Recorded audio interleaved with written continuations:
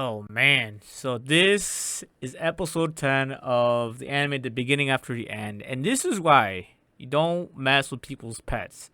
But this is more than just a pet to Arthur. This is like his damn family, his damn kid, his damn child between him and that dragon Sylvie, or the godmother Sylvie. I don't know how he looks at her, to be honest with you, because she really did train him. They were really, they were together for a couple of months.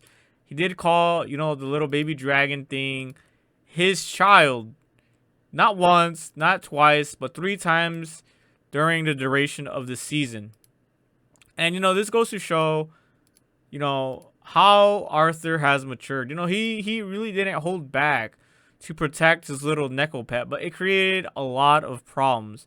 A lot of problems. And yeah, guys, this is what you missed if you dropped this anime. Now, a lot of you guys are the animation is still shit, guys. It's just really bad animation. I thought it was getting better, but no, they just reverted back to the same old animation style when it came to the action to come. When they fought. When they fought, it was just like, what the fuck, man.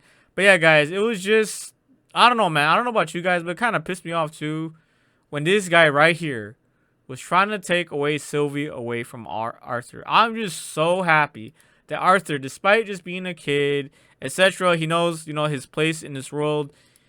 He still fought back. He still, didn't want to give away Sylvie, even when the king asked him to for Sylvie, not just once, not just twice, but three times. Arthur defied the king, which was just a W.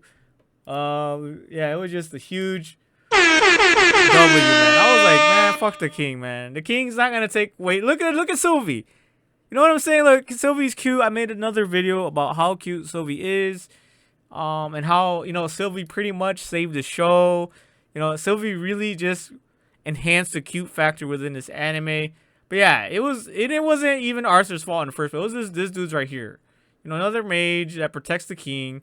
He really wanted Sylvie at no cost. But to be fair, Arthur did let his emotions get the better of him. Look, he attacks Arthur, in order to intimidate him.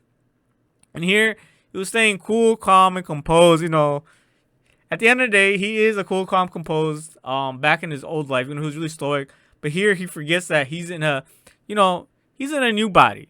He's in a younger body. He's not, his hormones are just hitting. He's still going to puberty. So, as adults, we forget how it is to be a kid with our hormones just going batshit crazy. Once you're older, 25, between 25 and up, you pretty much got your hormones in control. Unless you got like a libido that's like beyond, your testosterone just crazy. But yeah, here, he was able to be stoic, stay calm, stay composed. It's crazy because this mage was already threatening one of his family, trying to intimidate him with fireballs, saying, I want Sylvie for myself. I want Sylvie because I can unlock his full potential. So he was really just being kind of like an asshole. Looking down on Arthur at the same time trying to take away Sylvie. It's like, what the fuck? That's how you do things. And so, like I said, Arthur stayed relatively calm, stoic, relaxed. But then once he was like, hey, if you don't give me Sylvie, your family's gonna be the one who's gonna reap the cost. Your family's the one that's gonna be in danger. And so this is what set off Arthur. His emotions as a child, as a kid, just let loose. And right here, he like released some hockey or some shit like the Conqueror's hockey. Not really, because while it did affect everyone, even like his family, which is kind of like fucked up when you think about it. His lust. This they consider this like bloodlust. You can see here it affected the king, affected everyone inside the building. Kind of like Conqueror's Haki from One Piece, but not really, because the Conqueror's Haki in One Piece would probably make them all pass out. Now, it wouldn't really shatter the windows, but this just shows another magnitude of, what his bloodlust can do. It would shatter objects, right here. It would, and then it would, make people like feel like they're suffocating right here. You can see here, he feels suffocating. But of course, the king wasn't really like being affected by it. So you can see here, there is some type of backlash to his bloodlust. See here, these guys are affected, but they're not really passing out. It's kind of weird. It's like the kids were like still up, but the guy was like on his knees. So it was kind of weird, you know, how this bloodlust works. And so he did let his emotions get the better of him, which I don't blame him. You know, he was threatening his family. And of course, his family here was trying to like, you know, mitigate the situation. Like, brah. But then they came to a conclusion. The king was like, you know what? If you give me Sylvie, I'll let things slide. You know, what Arthur has done. You know, he let his bloodlust affect the whole auction. He put the king's safety in jeopardy, or at least, you know, in effect. You know, because you saw him, he probably gave him a migraine or two, you know. And so, you know, it kind of makes sense that the king wants some payment back. But, of course, the king wants Sylvie for his mage. And, of course, this is where, you know, Arthur says, hell no, not once, not twice, but 3 times. And he even asked the king, which was, like, badass as hell, who was like, look, bro, how much would you be willing to sell your kids? You know what I'm saying? Like, would you sell your kids off? Like, how big is your ego? How big is your pride that you would sell your kids? Because that's how Arthur feels about his little baby dragon. Baby cat, Neko looking baby dragon, cute as fuck. You know, looks like, you know, you'd want to give the cat a little pat in the hat. You know what I'm saying? So he says, hey, how much would you be willing to sell your kids for? Give them away. And so, you know, you can see here, his kids, is that his son and daughter? Yeah, and then that's his wife. Yeah.